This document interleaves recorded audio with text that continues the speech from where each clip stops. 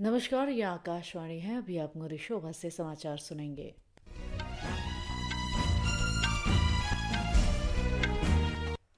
पहले मुख्य समाचार। मध्य प्रदेश, छत्तीसगढ़ और राजस्थान विधानसभा चुनाव में भाजपा पूर्ण बहुमत की ओर, जबकि तेलंगाना में कांग्रेस आगे। राष्ट्रपति द्रौपदी मुर्मू ने अंतर्राष्ट्रीय दिव्यांगजन दिवस पर राष्ट्रीय पुरस्कार प्रदान किए। बंगाल की खाड़ी के दक्षिण पश्चिम में बना कम दबाव का क्षेत्र चक्रवात मिचोंग में तब्दील हुआ। भारत और ऑस्ट्रेलिया के बीच 5 T20 मैचों की श्रृंखला का अंतिम मैच आज। बैडमिंटन महिला डबल्स फाइनल्स में आज तनिषा क्रास्ट्रो और अश्विनी पुनप्पा की जोड़ी का मुकाबला जापान की रिन इवानागा और केई नाकानिशी से। अब समाचार विस्तार से। राजस्थान में कुल 200 में से 199 सीटों के लिए मतदान हुआ था। मध्य प्रदेश में सभी 230 सीटों के रुझान आ गए हैं। मध्य प्रदेश में सभी 230 सीटों के रुझान को लेकर इस तरह से हैं। 4 राज्यों मध्य प्रदेश, छत्तीसगढ़, राजस्थान और तेलंगाना विधानसभा चुनाव की मतगणना कड़ी सुरक्षा व्यवस्था के बीच चल रही है। उपलब्ध रुझानों के अनुसार भारतीय जनता पार्टी मध्य प्रदेश, छत्तीसगढ़ और राजस्थान में स्पष्ट बहुमत की ओर बढ़ रही है। कांग्रेस तेलंगाना में आगे चल रही है। राजस्थान में कुल 200 में से 199 सीटों के लिए मतदान हुआ था। श्रीगंगानगर के कर्णपुर सीट के लिए मतदान कांग्रेस उम्मीदवार गुरमीत सिंह के निधन के कारण स्थगित कर दिया गया था। सभी 199 सीटों के रुझान मिल गए हैं। भारतीय जनता पार्टी 111 सीटों पर और सत्तारूढ़ कांग्रेस 72 सीटों पर और अन्य 16 सीटों पर आगे हैं। मुख्यमंत्री अशोक गहलोत सरदारपुरा निर्वाचन क्षेत्र से आगे चल रहे हैं। कांग्रेस नेता सचिन पायलट टोंक विधानसभा सीट से आगे चल रहे हैं।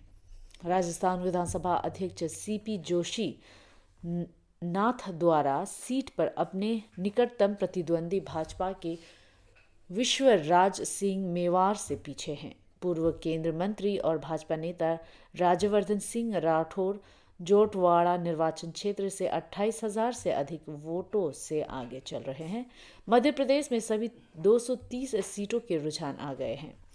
सत्तारूढ़ भारतीय जनता पार्टी 161 सीटों पर आगे है और कांग्रेस 66 और अन्य 3 सीटों पर बढ़त बनाए हुए हैं। मुख्यमंत्री और भाजपा नेता शिवराज सिंह चौहान बुधनी निर्वाचन क्षेत्र से 29,000 वोटों से आगे चल रहे हैं। केंद्रीय मंत्री नरेंद्र सिंह तोमर और प्रहलाद पटेल भी अपने निकटतम प्रतिद्वंदी से आगे चल रही हैं। कांग्रेस नेता और पूर्व मुख्यमंत्री कमलनाथ छिंदवाड़ा सीट से आगे चल रहे हैं। मुख्यमंत्री शिवराज सिंह चौहान ने अपनी शुरुआती प्रक्रिया में विजय का श्रेय प्रधानमंत्री नरेंद्र मोदी के नेतृत्व, गृह मंत्री अमित शाह की रणनीति और पार्टी कार्यकर्ताओं के कठिन परिश्रम को दिया है। छत्तीसगढ़ में सभी 90 विधानसभा सीटों के रुझान सामने आ चुके हैं। भारतीय जनता पार्टी ने 55 सीटों पर बढ़त बनाई हुई है, जबकि कांग्रेस 32 सीटों पर आगे चल रही है। अन्य ने 3 सीट पर बढ़त ले रखी है। प्रमुख उम्मीदवारों में पाटन सीट पर भूपेश बघेल आगे चल रहे हैं। पूर्व मुख्यमंत्री और भाजपा नेता रमन सिंह राजनांदगांव सीट से आगे चल रहे हैं। कांग्रेस के टीएस सिंह देव अंबिकापुर सीट पर पीछे चल रहे हैं। यहां पर भाजपा के राजेश अग्रवाल ने बढ़त बना रखी है। कुंकरी से भाजपा के विष्णुदेव शाही आगे चल रहे हैं। भाजपा की रेणुका सिंह भरतपुर सोनहत सीट पर आगे चल रहे हैं। इसके अलावा भाजपा ने जिन सीटों पर बढ़त बना रखी है उनमें धर्म जयगढ़, मस्तूरी, अहिवारा और खेरगढ़ सीट है। वहीं तेलंगाना में सभी 119 विधानसभा सीटों के रुझान आ गए हैं। कांग्रेस 65 सीटों पर आगे है। भारतीय जनता पार्टी ने 8 सीटों पर बढ़त बना रखी है। भारत राष्ट्र समिति 39 सीटों पर आगे है और 1 सीट जीत ली है। ऑल इंडिया मजलिस इत्तेहादुल मुस्लिमीन पार्टी ने भी 6 सीट पर बढ़त ले रखी है। अन्य ने 1 सीट पर बढ़त बना रखी है। मुख्यमंत्री के चंद्रशेखर राव गजवेल सीट पर आगे चल रहे हैं। श्री राव कामारेड्डी सीट पर पीछे चल रहे हैं। कोडगल सीट से ए रेवंत रेड्डी आगे चल रहे हैं। करीमनगर से भाजपा के बंदी संजय कुमार पीछे चल रहे हैं। जुबली हिल्स से कांग्रेस के मोहम्मद अजहरुद्दीन आगे चल रही है। चंद्रयान गुट्टा सीट से AIMIM के अकबरुद्दीन ओवैसी आगे चल रहे हैं। तेलंगाना के सब स्पीकर पोचाराम श्रीनिवास रेड्डी अपनी सीट पर आगे हैं। वहीं अंडोल सीट पर भाजपा ने बढ़त बना रखी है। मिजोरम विधानसभा चुनाव के वोटों की गिनती कल होगी। नागालैंड में तापी विधानसभा आरक्षित सीट का उपचुनाव नेशनलिस्ट डेमोक्रेटिक प्रोग्रेसिव पार्टी के वांगपांग कोन्याक ने जीत लिया है। उन्होंने अपने निकटतम प्रतिद्वंदी कांग्रेस के वांग लेम कोन्याक को 5,333 वोटों से हराया। इस सीट के लिए 96.25% मतदान रिकॉर्ड किया गया था।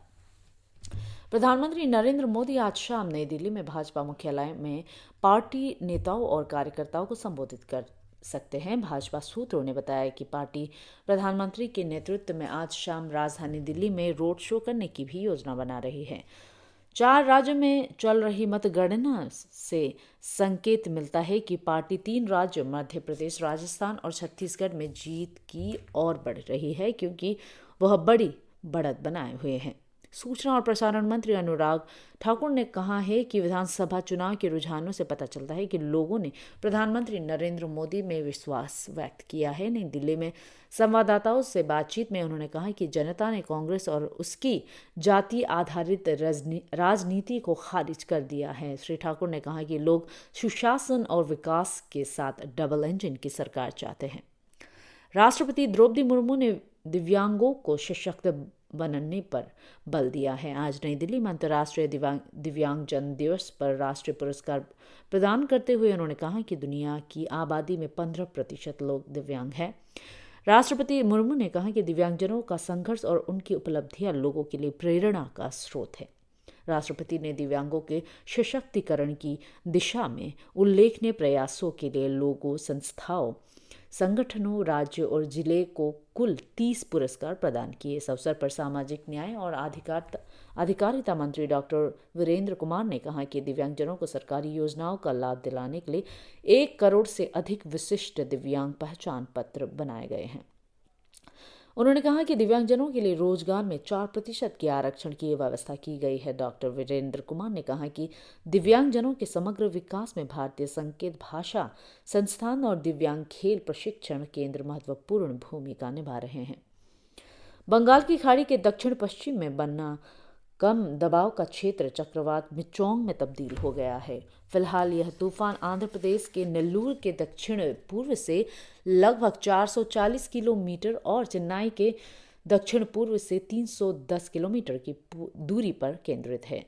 कल दोपहर से पहले इस तूफान के दक्षिणी आंध्र प्रदेश और निकटवर्ती उत्तरी तमिलनाडु के तट से टकराने की संभावना है। इस तूफान के 5 दिसंबर को पूर्वाह्न में नेल्लूर और मचिलीपत्तनम के बीच दक्षिणी आंध्र प्रदेश के तट को पार करने की संभावना है। तूफान से दक्षिणी आंध्र प्रदेश के तटवर्ती इलाकों में आज से 5 दिसंबर तक भारी वर्षा की आशंका है।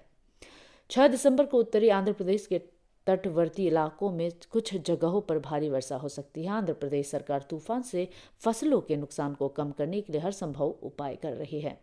प्रधानमंत्री नरेंद्र मोदी ने आंध्र प्रदेश के मुख्यमंत्री YS जगन मोहन रेड्डी से फोन पर बात की और चक्रवात माइचुंग की तैयारियों के बारे में जानकारी ली। श्री मोदी ने सभी शीर्ष अधिकारियों से हर संभव सहायता सुनिश्चित करने का निर्देश दिया।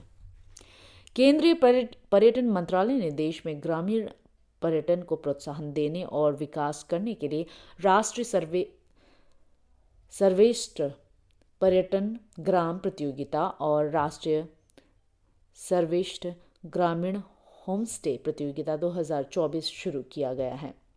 मंत्रालय ने कहा है कि सरकार ने ग्रामीण होमस्टे को बढ़ावा देने के लिए राष्ट्रीय नीति के साथ साथ ग्रामीण पर्यटन के विकास के लिए व्यापक राष्ट्रीय नीति और कार्य योजना शुरू की है। ग्रामीण पर्यटन के विकास के लिए अनुकूल माहौल बनाने के लिए मंत्रालय इन प्रतियोगिताओं के माध्यम से उद्योग हितधारकों, गैर सरकारी संगठनों और स्थानीय समुदायों के साथ सक्रिय रूप से जुड़ा हुआ है।